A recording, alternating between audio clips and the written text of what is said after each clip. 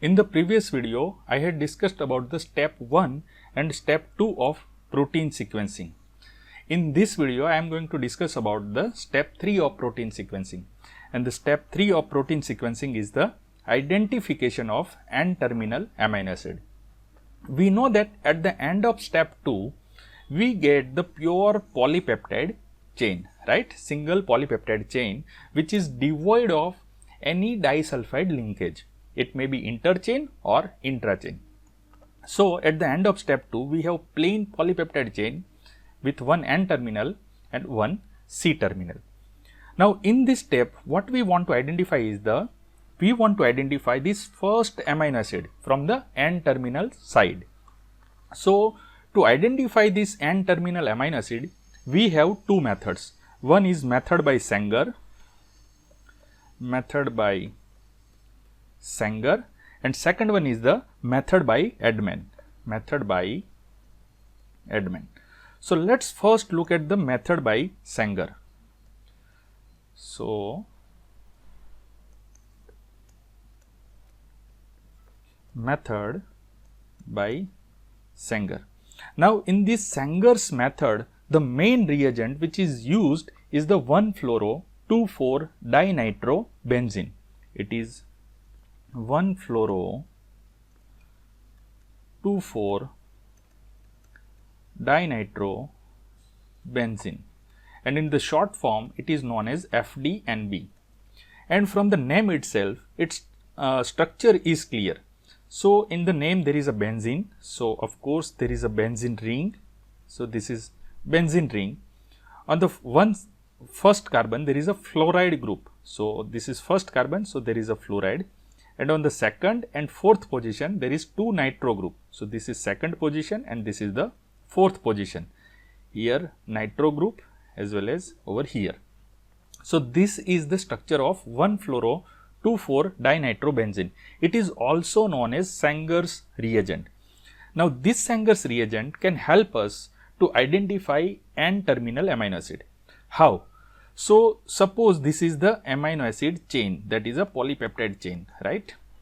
So, this is third amino acid, this is fourth amino acid, and it can be a very long chain. So, this is the C-terminal, and suppose this is the N-terminal. We know that on the N-terminal side there is a free NH3 plus group, that is the first amino acid's amino group is the free. So, now what happens, this Sanger's reagent, it can react with this N-terminal amino group. How it react? When it reacts, what happens, this fluoride group is lost, it is removed. So, this first carbon, it binds with this nitrogen. So, bond formation occurs like this. So,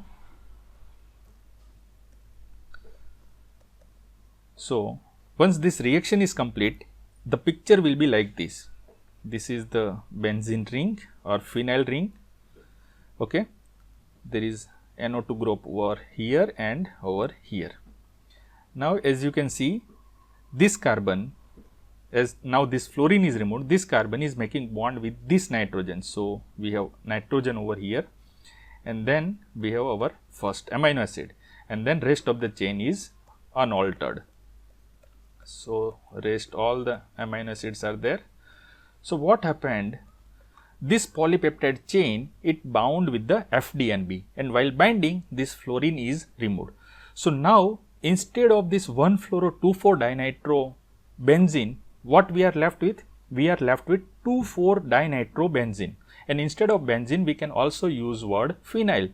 So, now this compound, this much compound, it is known as 2,4-dinitrophenyl. So, basically what happened, this FDNB, it gets bound with this first amino acid, or you can also call it as this first amino acid is labeled with this FDNB. Okay. So, now this 2,4-dinitrophenyl derivative of this peptide chain, what we need to do? We need to break down this peptide bond, and to break down this peptide bond, we can use concentrated acid. So, as a concentrated acid, we utilize 6 molar hydrochloric acid. Now, this 6 molar hydrochloric acid, it breaks down this peptide bond but along with that it also breaks down all the peptide bonds from this polypeptide chain. So what will happen once all the peptide bonds are broken down? So first amino acid will be the labeled one, labeled with this 2,4-dinitrophenyl. So once peptide bonds are broken down, we have first amino acid in the form of bound with this 2,4-dinitrophenyl, right? So here we have NH, so NH, and this amino acid 1. Rest all the amino acid, now they are not in the polypeptide chain, they are all in the free, okay, amino acid 2, amino acid 3, amino acid 4, amino acid 5, like that all the amino acid up to the n number. So now what happened, all these labeled, this first one labeled and all remaining amino acid are in this single solution. So now we want to identify which one is this labeled amino acid. So first what we need to do, we need to purify this part from rest of this part, and that can be done by chromatography. And this chromatography, it not only separate this labeled amino acid, but it can also identify this amino acid.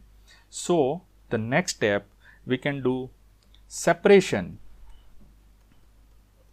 and identification by chromatography. Right? So this is the Sanger's method by Sanger, by which we can identify N-terminal amino acid. The biggest disadvantage of this Sanger's method is that, as in this stage we are using 6 molar hydrochloric acid, what is happening, all the peptide bonds are broken down. So the biggest limitation of Sanger's method is that we can identify only one N-terminal amino acid. If we want to identify what is this second amino acid, what is this third amino acid, we cannot do that. That is the biggest limitation, right? Now, as I told you earlier that in method of Sanger, this FDNB is used, but nowadays 2 fluorescent molecules are used. So instead of FDNB, you can also use densyl chloride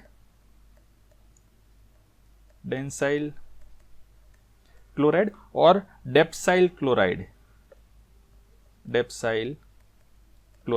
These both are fluorescent molecule, and because of this, if you use this chemical instead of FDNB, this Sanger's method will be 100 times more sensitive. So 100 times more sensitive in identification of this first N-terminal amino acid.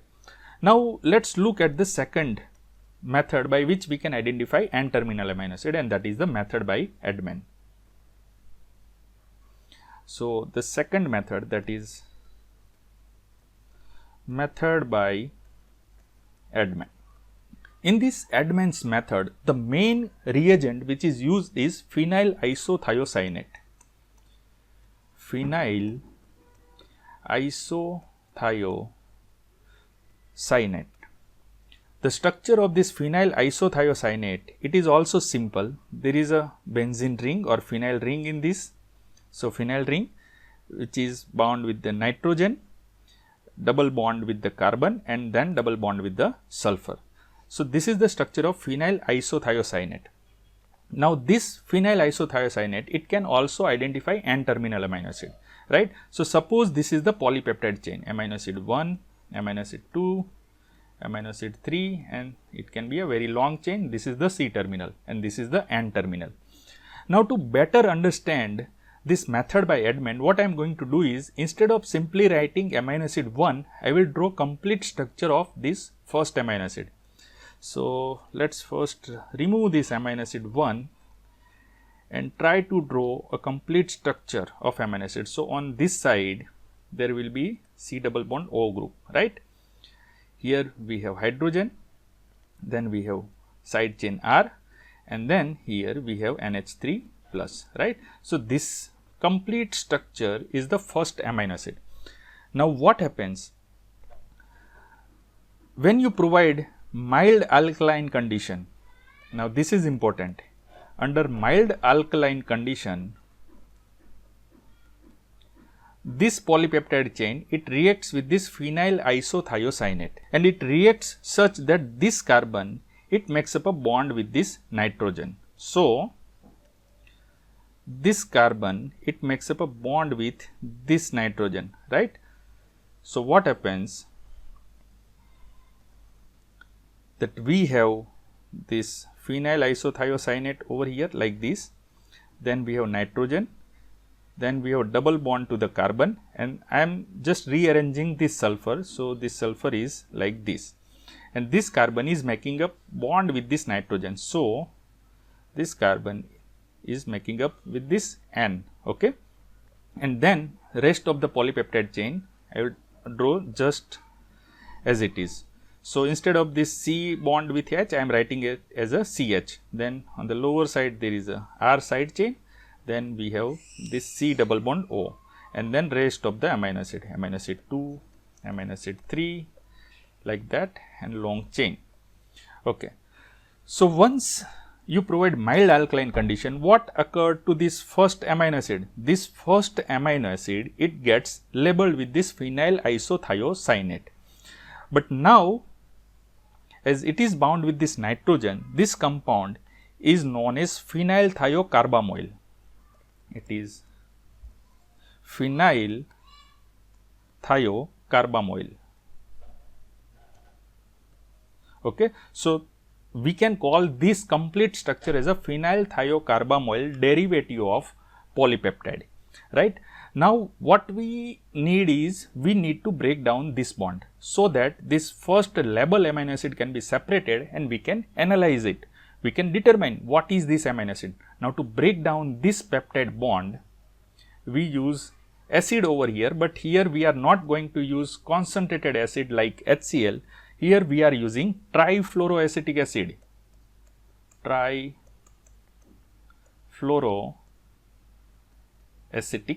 acid. Now, when we use a trifluoroacetic acid, it has advantage that it breaks down only this bond. It does not break down remaining polypeptide bonds. Remaining peptide bonds are intact. Only this first peptide bond is broken down. So, once this peptide bond gets broken down, what happens is that this carbon, it makes up a bond with this nitrogen, right. So, this peptide bond is getting broken down by this trifluoroacetic acid, and this reactive carbon, it will make up a bond with this nitrogen. So, the structure will look like this. So, first I will draw this benzene ring. So, we have this benzene ring, then we have this nitrogen. Now, this nitrogen is on one side, it is bound with this carbon, right, which is further bound with the oxygen. So, C double bond O. On other side, this nitrogen is bound with this carbon. So, we have this carbon, and sorry, I forgot to remove this double bond. Okay, once the earlier reaction takes place, this double bond is converted to single bond. So, now this nitrogen is bound with this carbon. So, this nitrogen is bound with this carbon, and this carbon is further bound with this sulfur by two bonds. Okay. Now, this carbon is bound with this nitrogen. So, here it is bound with this nitrogen. Nitrogen in turn bound with this carbon. So, CH, and the side chain R is lower side, but this carbon is bound with this CO, which is this one. So, there is again bond, and on the lower side we have R. So, this bond is broken. Now, what happens to this polypeptide chain? Are its amino acids are separated? No. Why? Because trifluoroacetic acid is breaking down only this peptide bond. So, we have shortened polypeptide chain. Now, this is second amino acid, this is third amino acid, this is fourth amino acid, and long chain, right. So, now instead of free amino acid, what we are getting? We are getting shortened polypeptide chain. So, now just like Sanger's method, we can separate this, we can purify this cyclic amino acid, and we can identify it by the same method, that is chromatography. Now, this compound is cyclic amino acid plus phenyl isothiocyanide. We call it as a phenyl thiohydantoin. Phenyl thiohydantoin derivative of amino acid. Derivative of amino acid. We can separate and identify by the chromatography. So, it is separated and identified by chromatography. Now, see, at the end we are getting shortened polypeptide chain also. We can purify this polypeptide chain and we can again do Edman's reaction with the shortened polypeptide chain, and then we can identify this new N-terminal amino acid, that is second amino acid of the original polypeptide chain. Then at the end we will get this much shortened polypeptide chain, then we can again do one more Edman cycle and we can identify this third amino acid, right. So, by the Edman's reaction, the biggest advantage is that we can not only identify the first N-terminal amino acid, but we can identify several amino acids from the N-terminal side, and approximately 30 to 40 N-terminal amino acids we can identify. N-terminal amino acids we can identify by this Edman's reaction. Why? Because the polypeptide chain is not completely destroyed, right. Now, to do this Edman's reaction in the cyclical style, we have to control this cycle, and we can easily control this cycle. Why? Because in the first phase we are using alkaline condition, and in the second phase we are using acidic condition. So, by just controlling the pH of solution, we can control whole Edman's procedure, right. And by controlling this cycle, we can identify further amino acids from the N-terminal side. So, now you might think that why only 30 to 40 N-terminal amino acids are identified by Edman's reaction?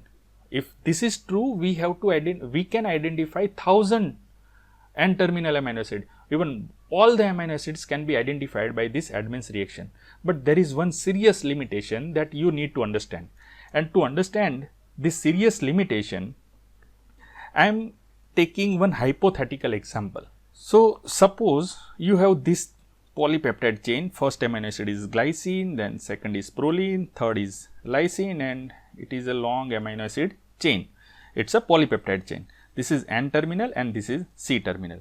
Suppose you start with the 1000 such polypeptide chains. In the first test tube, you have 1000 chain of this polypeptide chain, right. So, at the end of first cycle, first Edman cycle, what happens? We might think that glycine is removed, and so we get only this proline, lysine, and then this chain. This is a shortened polypeptide chain, right. And in the first cycle, we identify glycine.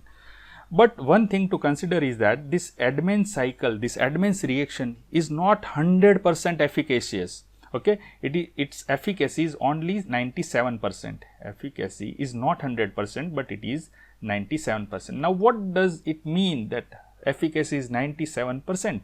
That means whatever number of chains are there, only 97% of the chain will remove its glycine in the Edman's reaction. So, here in this example I have taken 1000 chains. So, what will happen? Only 970, that is 97% of this 1000 chain, only 970 glycine molecule will get removed. That means we have 97 such shortened polypeptide. What about remaining 30 polypeptide chain? Remaining 30 polypeptide chain, their glycine will be intact. So, it will be like this: glycine, proline, lysine, and then long polypeptide chain. Now, when you go to the second Edman cycle, so as I told you, efficacy is 97%, and now in the mixture you have two different type of chain, right. One is starting with the glycine, another is starting with the proline. So, again at the end of second Edman cycle, what will happen? 97% of this 970 these chains, this proline will get removed. So, at the end you will get two different types of chain. What is that? One which is starting with the lysine and other which is starting with the proline and lysine, right. So, this only 97% of the proline is removed, right.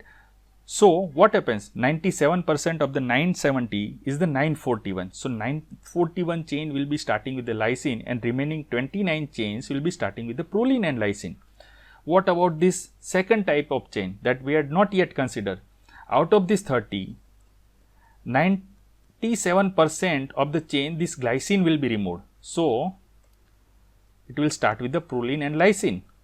So, 97% of the 30 is the 29. So, you have 29 chain which is starting with the proline, and remaining one chain is still starting with the glycine. It is like this: glycine, proline, lysine. So, as you can easily appreciate what will occur in the third cycle. So, what I mean to say is that at the each cycle of this Edman reaction, what happens, there is a lots of background noise is added. So, here ideally this should be there, but this 3% background noise is added. At the end of second cycle, what should be? Ideally this should be only one which is left, but in addition to this we are getting this type of chain, this type of chain and this type of chain. So, as you go on increasing the number of cycle, the next cycle it will be have a increased background noise, and at one point we will not able to identify that which one is the correct and terminal amino acid, right. So, this biggest disadvantage of this Edman's reaction that we need to remember. But of course, by the Edman reaction we can easily estimate initial 30 to 40 and terminal amino acids. So, this was all about Sanger's method and Edman's method to determine N-terminal amino acid. If you have any query or confusion, please write it down in the comment section below. Thank you.